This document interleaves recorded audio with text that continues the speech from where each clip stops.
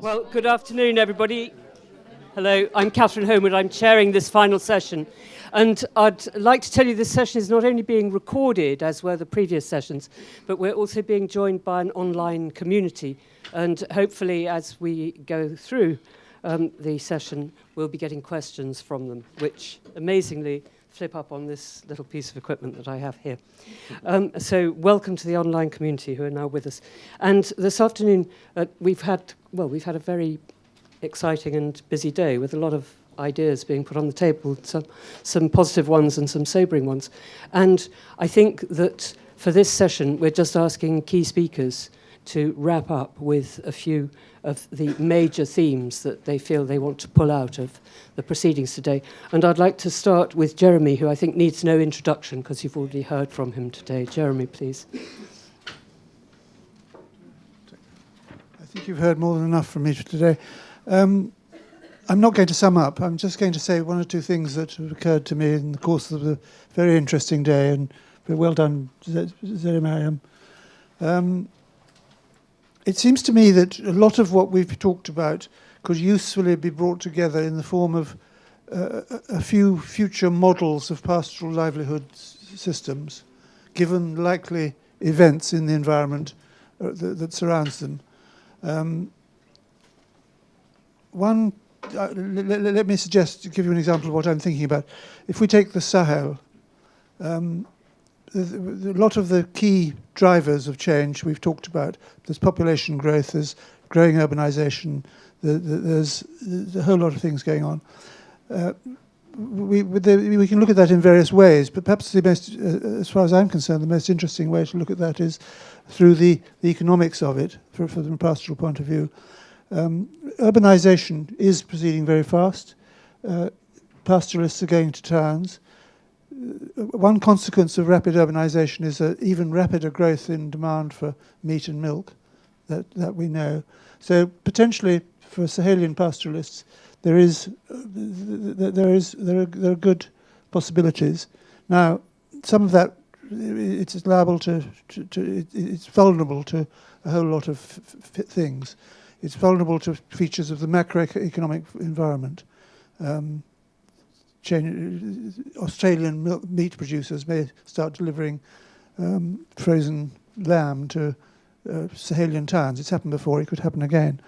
The natural resources environment, we've talked about some of those things. We've talked about common property, resource management. We've talked about enclosures or exclosures.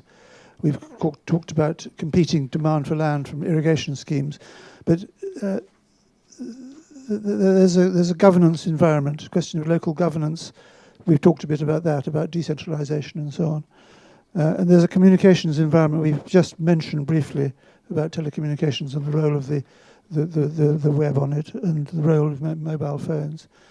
There's also something we haven't talked about, or not very much, which is the security environment. And there's an elephant in the room, which is the whole potential impact or the actual impact of jihadism and terror on pastoral societies. I don't know whether anybody's got a clear view of this. I certainly don't. But there are pastoralists have certainly been removed from very large areas of the Sahelian countries, which they will go on staying away until somehow the jihadist problem is solved.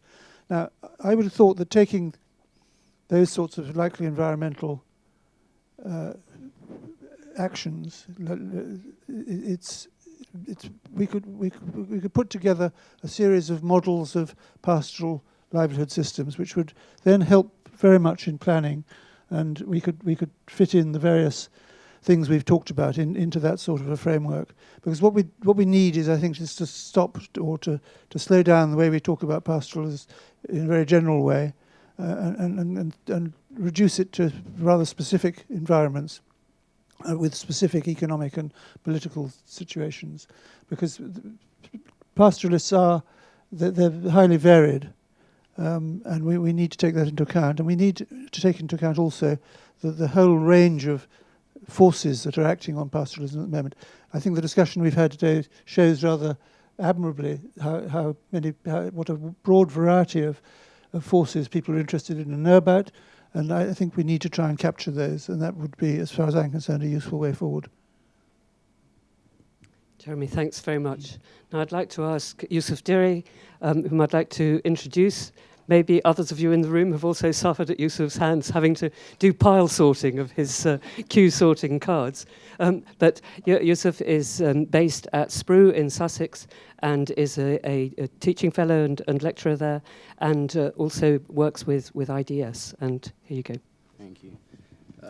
Firstly, I'd like to thank Zara Mariam for the invitation. I'm not only honoured, but I'm quite humble, because when I was looking at the list of the other speakers that were on there, you just have that moment where you think, I've done nothing with my life. So, but I was also set the task as well of trying to think about not only the legacy of Pina, but what the future could be in terms of pastoralism, so thinking about it into the future. So, just as a bit of a background to what I'm going to say now is that I come to the study of pastoralism not through a direct way. So I'm of Somali origin. I was born in Mogadishu, Somalia, but I was raised in West London, Shepherd's Bush. And which is, it's one of my mother's jokes.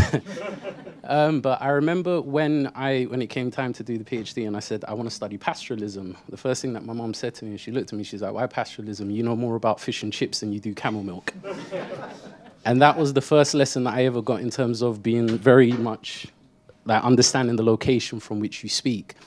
So I grew up on these stories of pastoralism that were very romantic. It was these ideas, there was a great deal of freedom. We used to move around. We didn't have to worry about rent. We didn't have to. It was wonderful, wonderful stories. And then I started to read policy documents on pastoralism, and the stories I grew up with and what I was seeing in a lot of these policy documents, it just didn't match. So my PhD, what I've tried to effectively do is not directly study pastoralists, being conscious of the fact that I know more about fish and chips than I do camel milk, but rather look at debates about pastoralism, recognizing the fact that since the 80s, I mean, we talked earlier in the day about this idea of new thinking. A great deal of new thinking took place. I mean, it was new, wasn't that new for the pastoralists, but from a policy, but there was a great deal of new thinking that took place. And the question that kind of bugged me, and it's still driving me as I hope to complete the PhD, is with all this evidence that has been collected, and today has been a wonderful example of the depth of knowledge, the complexity, the uncertainty, the just how dynamic the field, the study of pastoralism is. Why is it from a policy perspective, it's often still kind of put together as this almost like homogeneous lump of a need, something that needs to be modernized, this idea of pastoralism as a singular entity. So the background I come from is science, technology, policy. So kind of what I want to talk about is trying to understand that question. And I think this is the question that I got set by Zara Mariam was, what do I think PANA needs to do as the next steps for the next 25 years? And in order to, so I'm going to go the long way around to get to the answer to that. So by the end of it, if I haven't answered that question, I do apologize. But so I've got a PowerPoint presentation. But the first thing I want to start about is essentially talking about this idea that I think what PANA needs to do now is trying to combat the linear narratives of progress that still dominate in a lot of development debates when it comes to Africa. What do I mean by linear narratives of progress? The realities of progress are that at any given time there exist multiple different pathways for potential change. But what you often see is that those that are followed are very much, they privilege powerful interests. And often you see these kind of paradigmatic oppositions kind of pop up. So this idea of moving from underdeveloped to develop, this idea of going from traditional to modern, oral to written. And it doesn't capture the complexity of what is actually happening. And the reason I think that is because, sorry, this is a diagram that I knocked up from my thesis, is that what we've often, like the linear narratives of progress, what it's done is it's basically kind of reduced us down to this very linear narrative, not just of progress, but also of time. This idea that there was a before and there is an after. And what that after is a modern future. And it becomes this question of how do we become modern? What does it mean to be modern? And I think this is one of the questions that pastoralism is very much grappling with, and those who study pastoralism. And what you often have in this is the reason why I've put that now bit at the moment is it's really questioning this idea of who are the contemporaries, who gets to imagine what the future looks like. Because often when you see characterizations of pastoralism as this traditional backwards thing, what they're actually saying is that pastoralism is an anachronism to modern life. It belongs in the before. It's a stage of civilization that's ultimately been overcome, and in order to move to the future, there's not a lot of time for that. So this is a quote that I found from the United Nations. It's from 1951, but it's still, I want to try and show why a lot of this thinking still kind of pops up. So this is from the United Nations Department of Social Economic Affairs and Economic Development. And what they basically say is there is a sense in which rapid economic progress is impossible without painful adjustments. Ancient philosophies have to be scrapped, old social institutions have to disintegrate, bonds of caste, creed, and race have to burst, and large numbers of persons who cannot keep up with progress have to have their expectations of a comfortable life frustrated. Very few communities are willing to pay the full price for economic progress. This is what I mean by when I say a very linear narrative of progress. This is the idea that there is an after that we need to try and transition to, and many people just aren't willing to make that transition, so they must have their life expectations of a comfortable life frustrated. So this is just in terms of, it's just a quote that I found. The only part that I really want to focus on is that, what does that after look like? So this is the idea of how does it link into imagination. I'm not going to read the entire quote. Oh, sorry, but the key bit about this is that I found, sorry. The key bit that I find interesting in this is that how we think about the future is often very much linked into how we imagine what the future is. And what Jasanoff and Kim are basically arguing here is that in order to try and understand these linear narratives of progress, what we need to think about is, when it comes to states, what are the attainable futures and the futures that they're prescribing that they believe ought to be attained.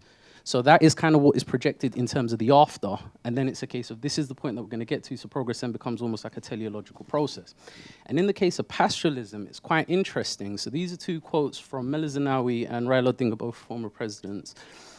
And the quote that I like from Mela's when I talk about that future point is he sums it up, that kind of attitude. And this is, keep in mind that the wealth of evidence that has been amassed for the last 4 years, where he says, even though poverty and backwardness are a concern for the whole country, it's worse for the pastoralists.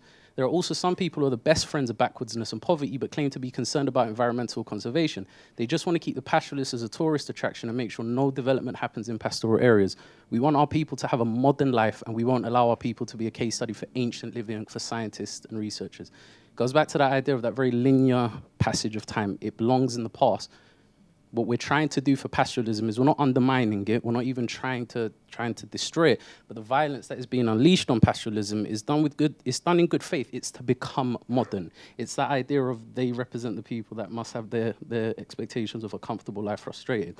Another example is from Raila Odinga. I just want to really point to that bottom part where he says, droughts and floods of recent years have shown that pastoralism is badly affected by climate change and is no longer a sustainable way of life. And just above that, he talks about this idea of weaning them out of pastoralism.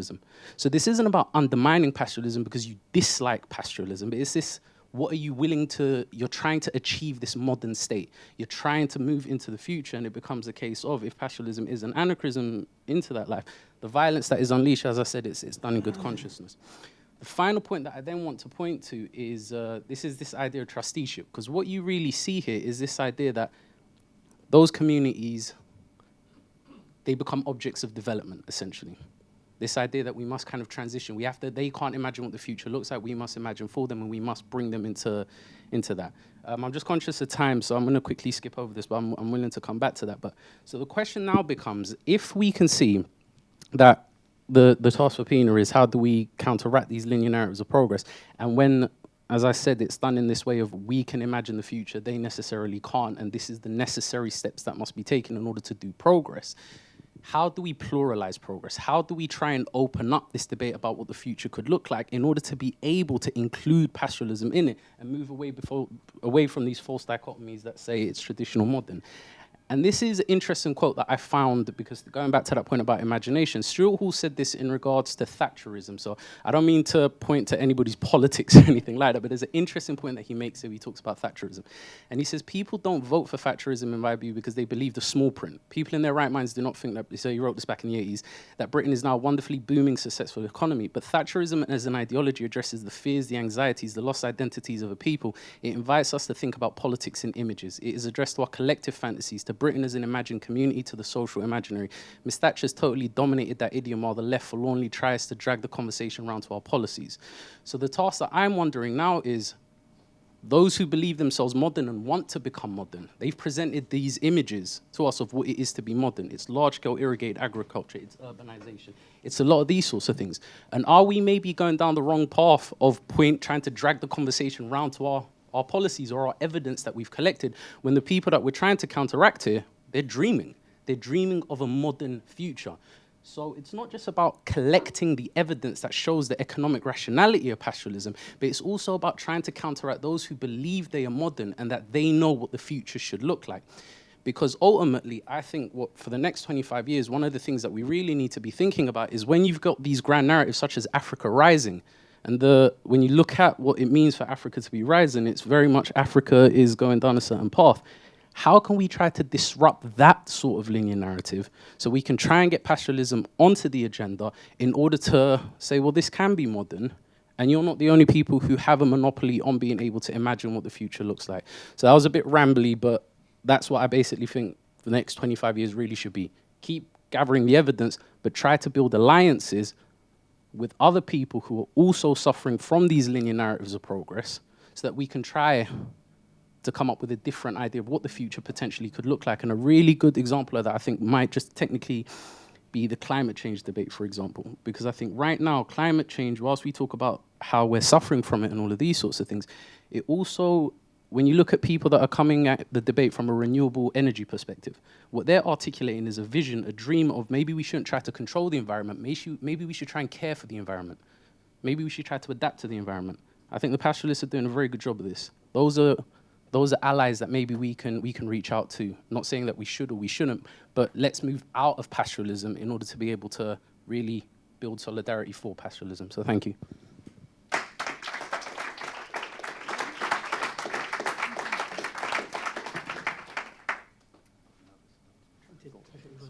So, Yusuf, thanks for an enormously vigorous and I think a very fresh perspective on which hasn't been aired before today. So I'd like to maybe present the complementary side of that by introducing Izzy Birch, originally from Oxfam and now from the Government of Kenya, Technical Advisor. Thank you very much. And all I'm going to do is offer 4 reflections on what I've heard today. Just 4 points. But first, just to say thank you to Penha and to ODI. This has been a fascinating day. Lovely to catch up with old friends after some time. The first point is about continuity. And I think on a 25th birthday celebration, your mind turns to continuity. And I've been thinking about that in the course of the day. I think Jeremy used the phrase in the morning, making it cumulative. And certainly when I was working, and I'm going to reference my work in Kenya with the government, when I was working between 2008 and 2013 with a ministry set up specially to look at development in arid and pastoral areas, one of the challenges we faced was the lack of institutional continuity in government. So after 5 years, you have elections, a new administration comes in, you have a year, even 2 years of turbulence while everybody's sorting themselves out, and the momentum that you gain is lost. Now, that's within government. I think the same thing is true within NGOs. And I've experienced both sides of the, both poacher and gamekeeper. Despite 10-year strategies, 5-year strategies, people come and go, directions shift. All you need is a new country manager, and all of a sudden you're dealing with a completely different beast. So we know that the issues that we've talked about today are all, they're generational challenges, they're structural challenges. So how do we manage this discontinuity? It's a reality, whether we're in government or outside it, but what mechanisms do we need to put in place to manage that? That's my first observation. The second thing is about the way we work, and it's a reflection on approach. And here I'd like to commend Penha, from what I understand of your work, the characteristics I would describe it with are things like opportunistic, flexible, responsive, adaptive, all the things that we know good development, in inverted commas, is about. And yet, and this is a point John made this morning, so much of what we do is projectized. So much of what we do, whether we're researchers, in government, civil society, we're squeezed into these boxes which are time-bound, specific results. There's no thought about what happens at the end of it. So I just point to the disconnect between what we know is good practice and the system within which we're forced to work. And I know that raises a bigger question than any of us can address by ourselves, but I still think it's pertinent, particularly when, as I said earlier, we're dealing with these long-term generational challenges. The third issue I'd like to raise is about inequality. I haven't heard inequality talked about today. We've talked a little bit about poverty, different interpretations of that. We've talked about vulnerability. We haven't really talked about inequality. And for me, that's the critical issue. It's inequality in terms of outcomes. There is no denying that pastoral children have a raw deal when it comes to education and health. There's no denying that. Look at the data for every country. We're also talking about inequality of treatment, that certain production systems are treated differently than other production systems. So in Kenya, for example, the coffee production system receives a level of state benefit and support, which the livestock production system does not. Now, why is that? For me, it's the inequality that has always been the driving interest and the driving passion. Why is it that certain citizens are denied certain rights and others enjoy them? And I think I would like personally to see much more of a focus on inequality in the debate going forward. And that brings me to my fourth point, which is about the politics. And this has come up many times today, Sarah particularly in the last session, about bringing the politics back in. And if I think of Kenya, as I said earlier in the previous session, there is no doubt that there have been transformations in the last 2 decades. The country is light years away from where it was in 1989, 1992. As I said also earlier, that's not to say that everything is rosy in the garden, but the new constitution and devolution are perhaps some of the biggest gains for pastoralists that we've seen in the last 2 decades. Now, they're not specific to pastoralism. We know that pastoral MPs lobbied very, very hard to make sure that sort of pastoral-friendly provisions were included in the constitution, and they are. But the biggest gain for pastoralism hasn't come about because of a pastoral-specific, I think it relates to Simon's point about pastoralism as an ism. We're dealing with people who have a portfolio of rights that they should enjoy like any other citizen in the country. They happen to pursue a different production system. So my argument is to make sure that, and I think this is very clear also from Penna's work, and I do appreciate the challenges across the region that, there are very many differences in context. But at the end of the day, it's through political change and action and struggle that we're going to see these more equal outcomes. And perhaps as a little rider to that, I would ask whether, as civil society, we're equipped to that challenge. I think I've seen Kenya for 20 years now, nearly 20 years, and I have seen a gradual depoliticization of civil society in Kenya, not among indigenous organizations, so not among, for example, DLCI or PENA, but certainly among some of the international partners. I see a much more technocratic approach to pastoral development. In the 90s, I used to see much more around power analysis, building the institutions of pastoralists that could challenge the state. So just a question to ourselves about whether, as civil society organizations, we're equipped to support pastoralists in those bigger political struggles. So those are my 4 points. Thank you very much. Thank you very much indeed. That's a terrific set of themes. Can I now invite Zero, who's our host, to wrap up with his thoughts on the day? Well, I mean, this is very difficult to wrap up, because so much has been said, and it would be unfair on people for me to wrap up. I think fundamentally, my first point is really thanks to you all for coming today and energizing us, because, as I said in the morning, working in the Horn of Africa is quite a tough ride, 25 years looks like 250 years, considering. So I think for you to come and energize us, share your experience, your commitment, and in this whole partnership of pastoralism is ism is very important, There's nothing wrong with the ism, by the way. There are so many isms, so we might even use the ism on pastoralism. So that's the first thank you very much. I mean, in a way, I sincerely want to thank you. I mean, in terms of lessons, I think one thing is Penha itself asking itself, where is it going in the next 20 or 30 years?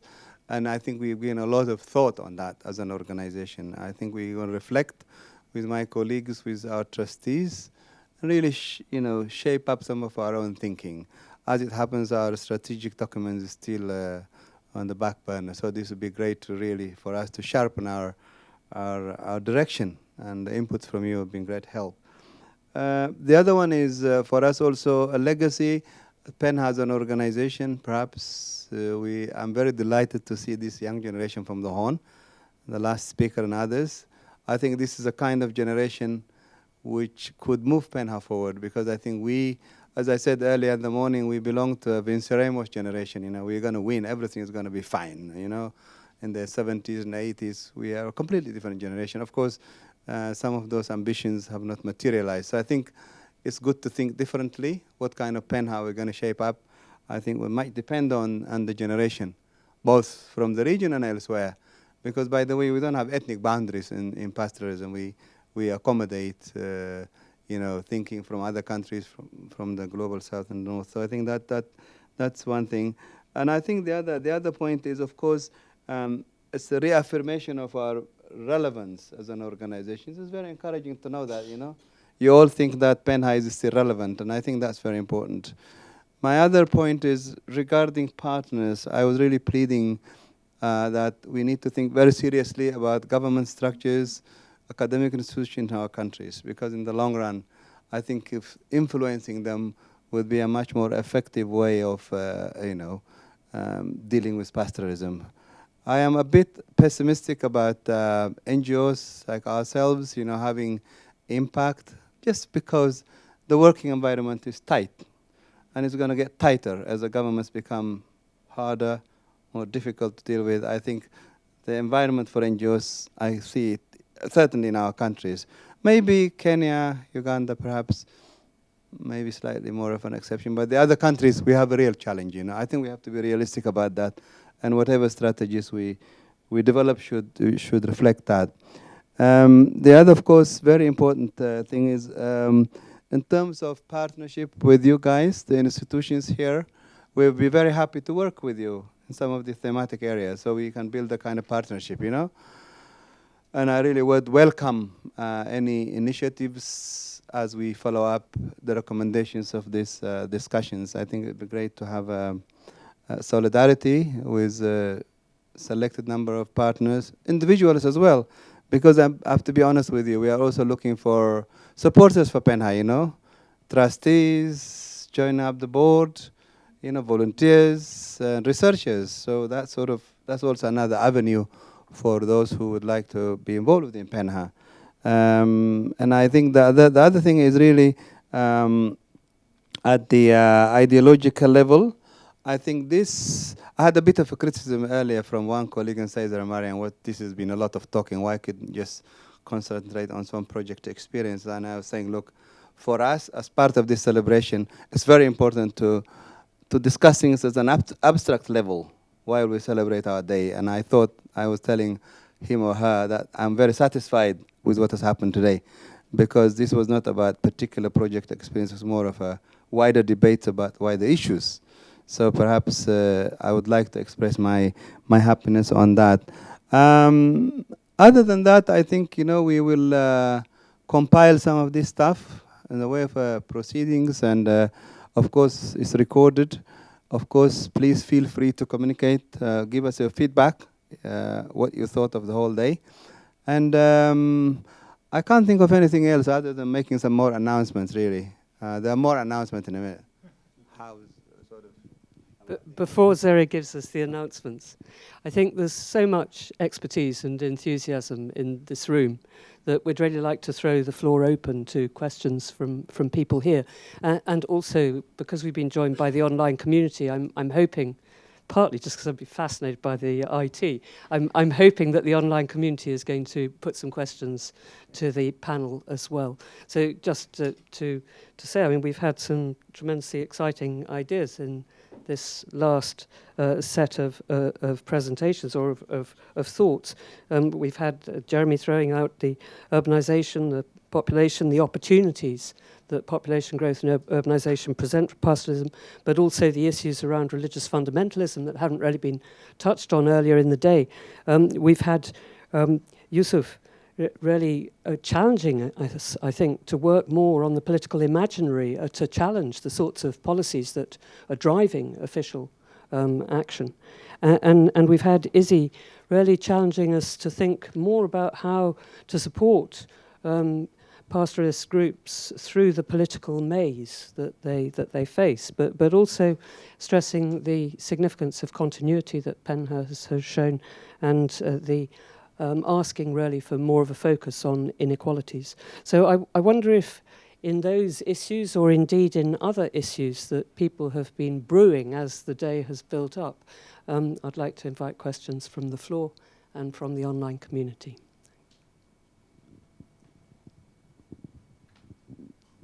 Michael. Thank you. I haven't said a word so far because I have a problem with my voice, and I may not get through this sentence either. But I just wanted to underline the point you just made about equality. The societies we've been talking about are highly differentiated economically and socially. The same thing applies to farming communities in the semi-arid areas. And it does seem to me that the movement of the development planning industry is not quite fast enough to take full account of the differentiations that are emerging in cities and in rural areas as rich pastoralists replace poor ones who in turn flee to the city for an alternative income and so on. And I would be happier still if I felt that we'd had a substantial contribution on that issue.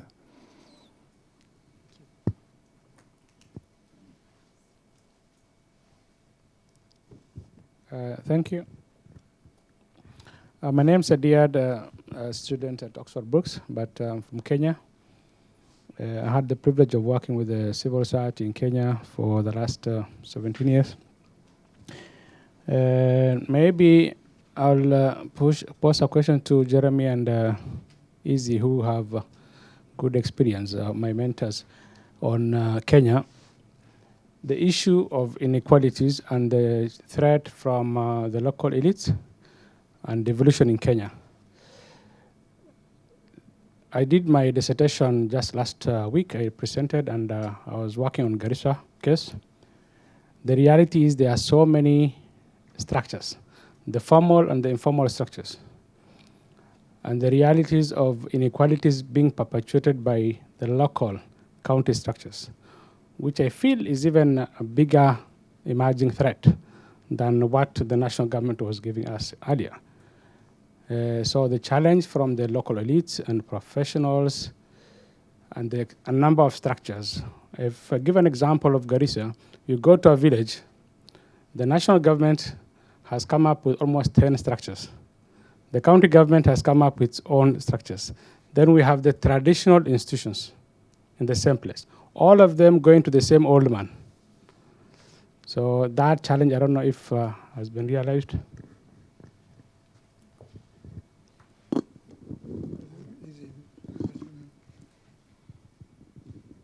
My name is Antoinette Salah.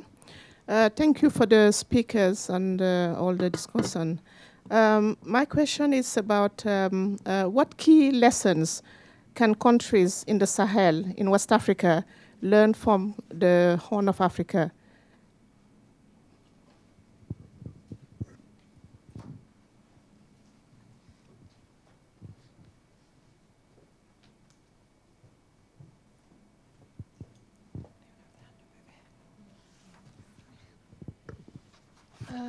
Yes, I'd just like to say I really appreciated Yusuf Diri's presentation. I think how you phrase the past, the present, and the future is so crucial. This is what development is all about, and it does tend to be very unilineal. And it ties in with what John Morton was talking about earlier on, about Mrs. Museveni. What is missing in all this is how pastoralists talk about their past and their present and their future. And I feel today that we are not getting that voice. But I was talking at tea time with John over there, who was talking about his work, and he was visiting villages and talking about what would the term they would use for well-being, because well-being is something that's being measured. And he said he came up with a lot of very enlightening ideas and how the term varied a lot from village to village.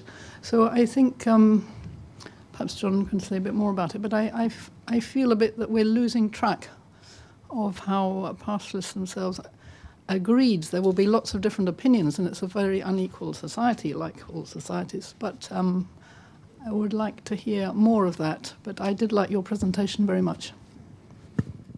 Maybe we can stop there and answer the questions that have come up. First of all, the one about multiple institutions, plural decision-making systems, which I think was addressed to Jeremy and Izzy. Secondly, the question about key lessons to West Africa from the Horn. And thirdly, about local voices, particularly around well-being. So, Izzy, do you want to kick off?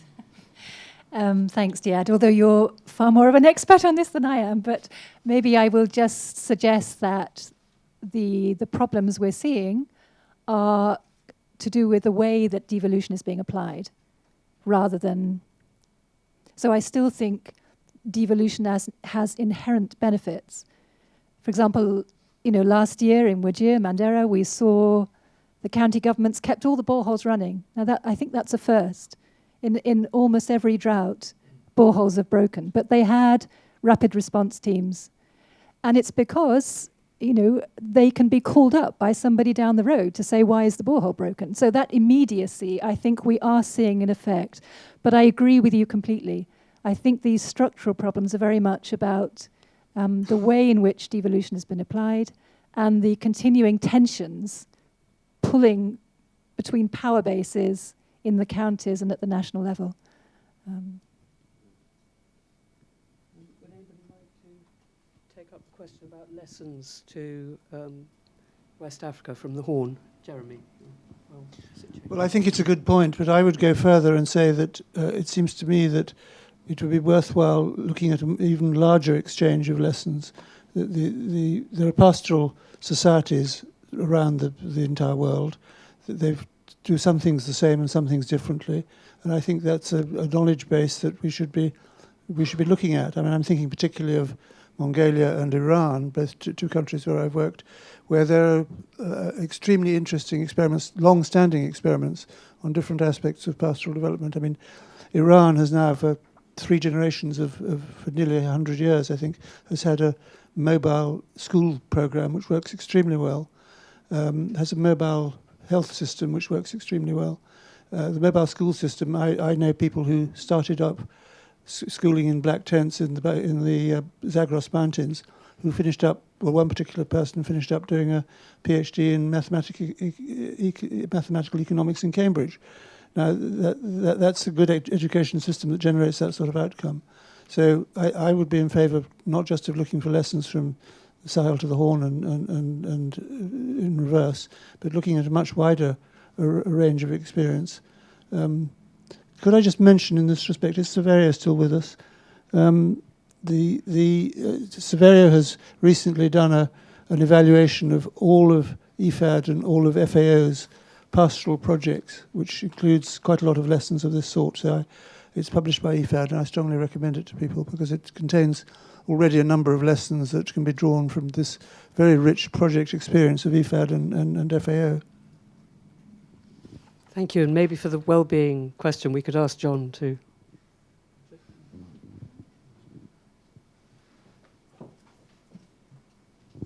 Actually, I'd talk on all 3 of those.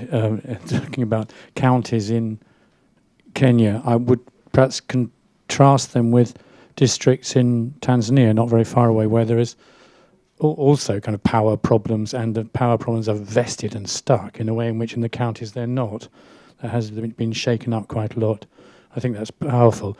I was wondering about lessons that might go from the Horn to the Sahel, and whether in this room we'd actually have a consensus on prosopis. There seem to be people saying that on no account should you let prosopis into the Sahelian countries, and on the other hand, people are saying you should plant as much of it as you could. The comment on sort of local understanding of well-being, the example I was giving was from northern Tanzania, and the English word well-being, which is fantastically vague and almost meaningless until you start to use it, had been translated back to me from Marseille as broad-backedness. Sorry. Broad-backedness doesn't exist in English, but I think you can understand something about what the discussions were about, the kind of the capacity to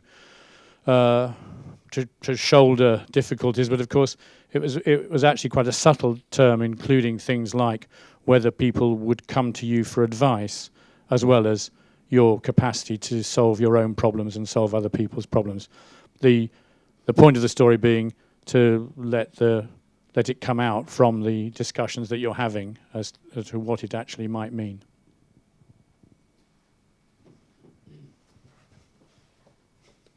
Thanks very much. I can't resist but adding I also work in northern Tanzania among Maasai, in the area where we've asked them about well-being, which, as you say, is a fantastically vague term.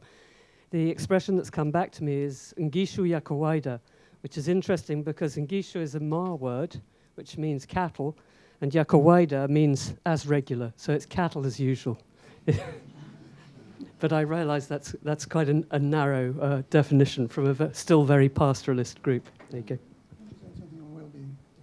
Just something on well-being. I understand that economists in this country are trying to measure happiness. It'd be interesting to look at that and see how they're approaching that, because it might be some lessons. Can I invite more questions from the floor, or indeed from the online community still with us, but not asking?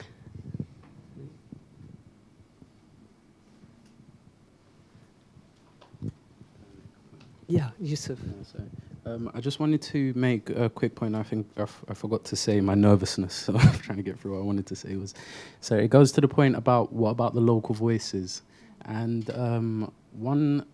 these are like the random thoughts that I was having a while back was, in the post-colonial literatures there's that idea, can the subaltern speak? And then there's that, we must give the voiceless a voice. And I was thinking the more interesting question is, well, what are the conditions that legitimate voicelessness in the first place? Because nobody's born without a voice. Like, these people are speaking, they're just not being heard. And I think that if we can crack that question, what are the mechanics through which disqualification takes place, then we can better engage in the ontological struggle of trying to get their voices onto the table. And I mean, I'm glad that Diad asked the question earlier, because I mean, I was lucky enough to speak to him a while back, and he was telling me all these wonderful stories about what was happening in Kenya, for example, great deal of knowledge. But I know for a fact, through the both of us are Somali descent, but literally by luck of me having a British passport, my mobility is greater, so I can turn up and pretend I can speak for these people. But the reality is I really can't. So I think it's also about, it goes back to the point about humility, but also thinking, I mean, in Somali we say like, so like everybody do their bit. And I think the point about doing our bit, for me anyway, is about questioning the conditions that produce voicelessness, so I can then open the door for Dia to run in and then say, well, this is the voice. So that's just my take on it. Well, if there are no further questions, I think that's probably a very good point at which to wind up and to hand back to Zeri, who's got some announcements for us. Zeri. Thank you very much. Yeah, we're going to wind up. I think we're going to have also some wine and dine in a minute. Just wine, you know, after this long day. So I think what I want to do now is to give really words of thanks, you know, for the people who have come from afar and close by. First and foremost, I would like to thank ODI, Melanie, Sarah Pantoliano, and Hannah, for being a great team, hosting us, working very hard over the last 4 or 5 weeks or more than that. Of course, also my Penha team, I would really like to appreciate all their work. Membere, Nicole Kenton, Barakat, John, Tasfaldat, and the rest of us. So I would like to thank my colleagues. I think our donors have been great, Danida, Nobib, and all the rest, but they're not here, so I'd like to thank them. There are a lot more of them. Nobib, Ifad. Joanna Lumley, most of you know Joanna Lumley, do you? She's a good friend of mine, so she funded this event, to pay airfares for colleagues, and she's very committed to Penha. And I think her saying five minutes of certain words about pastoralism does the damage. She knows how to deal with these kind of things, and I would like to thank her for her contribution, which we have complemented, of course, with our own efforts as well. And then our trustees, 2 of them are here, the rest send apologies. The speakers and the participants have been really great, I think the fact that we are still full house is a big statement and an acknowledgement, because in these kind of meetings, towards the end of the day, the room is half empty. I'm also personally very delighted to see people from our region, younger guys, this is wonderful. I'm a bit tribal on that respect, because I think they're very important to Penha. Penha has an identity and its own identity. So I'm very happy to see also the younger guys from the region doing their masters and etc. etc. Thanks to Catherine for bringing some of her students. It's been wonderful from UCL. I would also like to embarrass myself, and I thank my wife Birri, who have been very supportive with Penha over the last 25 years. I think without her, probably the half of the Penha job could not been done, because if you have a nagging wife with an NGO doesn't pay much money, then you are in big trouble. So I'm very grateful to her for the comradeship and solidarity. My dear wife who is here. And then Nick is here. Where are you, Nick, our prosopis man? Diana Bosch, the Dutch lady, where is she? Thanks for coming. And of course, the American guy, Jeff, just our new friend from the States. Also would like to thank you for, of course, Dr. Takasta Gabrai has done a great job, really, with all the kind of speech he gave us, which really round up Penha's work, and in a nicer way actually, because I didn't know we've done so much within the IGAT context. So I appreciate that. It's very encouraging. Then I think